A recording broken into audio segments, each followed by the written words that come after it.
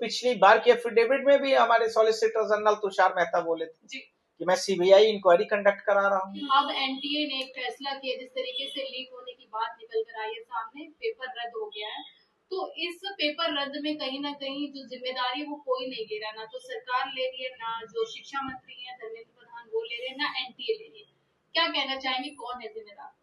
पहले सबसे महत्वपूर्ण बात है कि जिस प्रकार से नीट के एग्जाम की एक भारत देश में एग्जाम जो कि प्रोफेशनल एग्जाम को कंडक्ट कराती है, उसकी अंदर में ही एक एनटीए नेशनल टेस्टिंग एजेंसी को इंट्रोड्यूस कर दिया गया जो प्राइवेट एजेंसी के अंदर में काम करती है।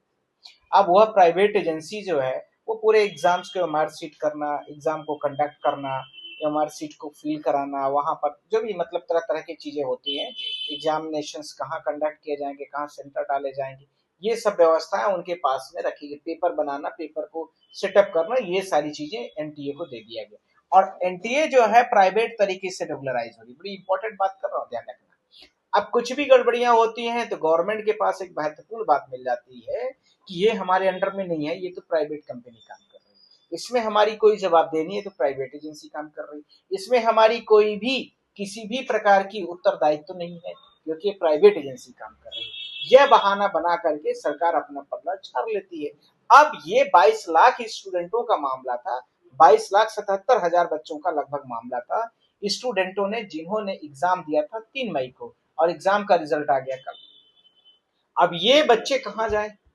ये परिवार कहाँ जाए जिसने अपने पूरे परिवार के, अपनी पूरी जवानी की उम्र को गुजार करके बच्चों को शिक्षा दीक्षा के लिए सब कुछ सौंपने की कोशिश किया। इतनी बड़ी महंगाई में, इतनी बड़ी बेरोजगारी में उनको आगे बढ़ने के लिए प्रोत्साहित किया, अपने पैसे को खर्च किया, अपने टाइम को कंज्यूम किया, और बच्चों के साथ में चाहे दिल्ली हो, कोटा हो, जहां जहां भी विभिन्न प्रकार की कोचिंग, पटना हो, इलाहाबाद हो, और भारत देश में साउथ दिल्ली में, साउथ इंडिया में जहां जहां होते, सब जगह भेज भेज करके उनको कोशिश किया कि एग्जाम को वो पास हो जाए। अब जब एग्जाम के दौरान पर ही इस तरह की विभिन्न अनियमितताएं सामने आती हैं, तो पिछले साल के उदाहरण और इस साल के उदाहरण में कहीं कोई दिक्कत नहीं है, सिमिलर है। पिछले साल जो एग्जाम हुआ था वो 23 लाख के आसपास छात्र उसमें प्रभावित हुए थे,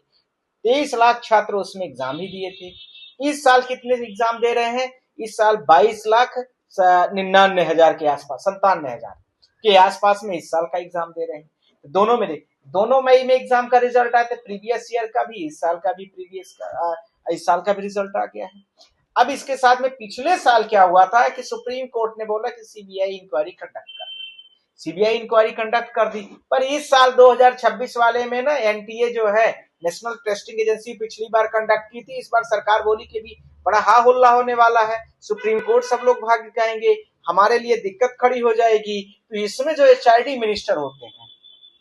एचआरडी मिनिस्टर वर्तमान में भारत देश के धर्मेंद्र प्रधान जी, उनकी जिम्मेदारी है कि इस प्रकार से यदि मल्टीपल टाइम चीजें व्यवस्था हो रही है, जबकि उन्होंने पिछली बार सुप्रीम कोर्ट के एफिडेविट में उन्होंने स्पष्ट कहा था कि हम इसमें सुधार करेंगे और अच्छा करेंगे। इतना अच्छा सुधार कर दिया कि पेपर लीक की पूरी बाढ़ सी आ गई। जितने जितने एग्जाम भारत देश में हो रहे हैं, कोई भी गवर्नमेंट एग्जाम हो, आप एलआईसी का हो, एलआईसी में केडीओ पोस्ट होती है, चाहे आप यूपीएससी का एग्जाम देखिए, चाहे पीसीएस के एग्जाम देखिए, चाहे एसएससी के एग्जाम देखिए, जितने भी एग्जाम हैं, अभी आपने देखा होगा राजस्थान में एसआई वगैरह के एग्जाम कंडक्ट हुए थे, ये सारे जितने भी एग्जाम हो रहे हैं, सबके सब एग्जामों में कहीं न कहीं पर भारत सरकार की जवाबदेही और जिम्मेदारी है, जिससे वो भागना चाहती है। अपनी डिग्री तो आज तक बता नहीं पाए, तो चाहते हैं कि बच्चों की भी डिग्री कम से कम सामने न आए, और बच्चे भी ऐसे बाय बाय करके नीट को बाहर और घर का रास्ता में लौट जाए।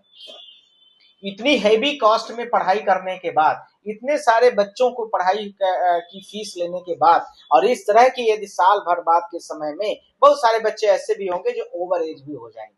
और इस तरह के रिजल्ट परिणाम स्वरूप निकल करके आए, तो मुझे लगता है कि पूरे भारत देश में इससे दुख दिन किसी का भी नहीं हो सकता है, जहां की व्यवस्था इतने बड़े लेवल पर विश्व गुरु, इतने बड़े लेवल पर हम अमृत काल, इतने बड़े लेवल पर हम दुनिया के सबसे बड़े इकोनॉमी, इतने बड़े लेवल पर हम दुनिया के सबसे बड़े चार्मिंग कंट्रीज में हैं, उस देश का दशा तो फिर इस लेवल में है, तो फिर इसके बारे में मुझे मुंह खोलने की जरूरत नहीं है। बाकी ये बच्चे खुद ही आपको बताएंगे और कमेंट करके आपको बता देंगे कि क्या क्या सच्चाई है, क्या नहीं है। ये जो जिस प्रकार से आर्थिक और मानसिक प्रताड़ित किया जा रहा है बच्चों के और उनके कंसर्न फैमिलीज को, मुझे लगता है कि 2 करोड़ से ऊपर के आसपास आज भारत देश का परिवार पूरी तरीके से हतप्रभ है, पूरी तरीके से दुखी है और अपने बच्चों के भविष्य को लेकर के यह जरूर सोच रहा है कि अब इन बच्चों के लिए मैं क्या करूं।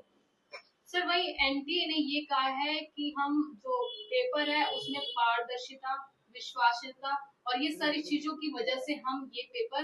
दोबारा करा रहे हैं। लेकिन सवाल ये खड़ा होता है कि अगर ये दोबारा कराएंगे तो क्या गारंटी है कि दोबारा पेपर लीक नहीं होगा। ये तो पिछली बार के एफिडेविट में भी हमारे सॉलिसिटर जनरल तुषार मेहता बोले थे जी। कि मैं सीबीआई इंक्वायरी कंडक्ट करा रहा हूँ और उस सीबीआई इंक्वायरी का जो हेड ऑफिसर बनाया गया, चेयरपर्सन बनाया गया, भारत देश के पूर्व जो हमारे इसरो के हेड थे उनको बनाया गया था और वो इसरो के जो हेड थे सी माधवन जी, उनके ऊपर ये डॉक्टर राधाकृष्णन उनके आधार पर ये सारी चीजों को बनाई गई थी, कंडक्ट की गई थी। पर रिपोर्ट के स्वरूप पर जो चीजें आई तो निकल के रिजल्ट क्या आया? रिजल्ट यही आया कि फिर से हुआ इसके रिजल्ट यही आया कि 23 लाख का पिछली बार भी भविष्य गर्त में था, इस साल भी हो गया, यानी 2 साल लगातार टेंटेटिव से हो गए।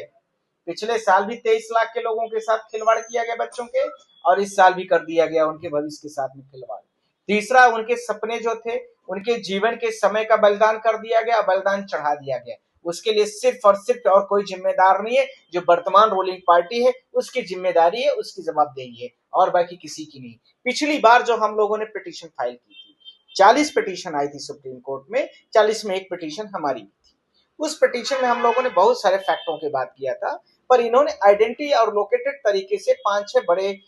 जो हॉट स्पॉट जोन इन्होंने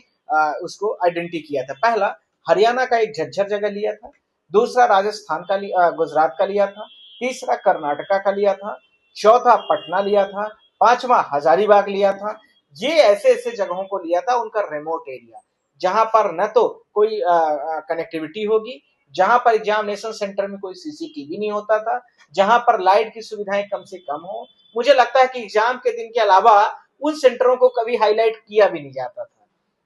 और उनको इसलिए रखा जाता था कि ऐसे सेंटरों को इसलिए रखा जाता है कि प्रॉपर तरीके से वहां बच्चे पहुंच जाएंगे और वो बच्चे पहुंचेंगे जो वहां पर पेड में है, या वो बच्चे पहुंचेंगे जो माफियाओं के अंडर से काम किए, वो लोग पहुंचेंगे जो संगठित गिरोह के दायरे से आकर के काम कर रहे हैं, वो लोग भी पहुंचेंगे जो संगठित गिरोह को अपना पैसा पहुंचा चुके और व्हाट्सएप के माध्यम से पेपर दे दिए हैं। ये सब भारत देश के लोग ये पहुंचेंगे। ये अगली चैलेंजिंग आप लोगों को कल से सुप्रीम कोर्ट में हम लोगों की पिटीशन के साथ में दिख भी जाएगी। अब आप लोग देखिए, ये पिछली बार भी हुआ, इस बार भी हो रहा है। क्या भारत देश की जनता और भारत देश के बच्चे इसी के लिए पैदा हुए हैं कि बार बार वो एग्जाम देते रहे, बार बार इसी तरह से व्यवस्था देखते रहे और सरकार उसमें हाथ में हाथ रख करके बैठी रहे? सीबीआई इंक्वायरी कराएंगे, ये इंक्वायरी कराएंगे। आप इंक्वायरी कराने की बातें नहीं हो रही, इंक्वायरी तो पहले से स्पष्ट पता है, इसमें ज्यादा से ज्यादा लोग जो सत्ताधारी लोग होंगे उससे जुड़े होंगे, क्योंकि उन्हीं की कनेक्टिविटी में सारे मल्टीपल्स काम होते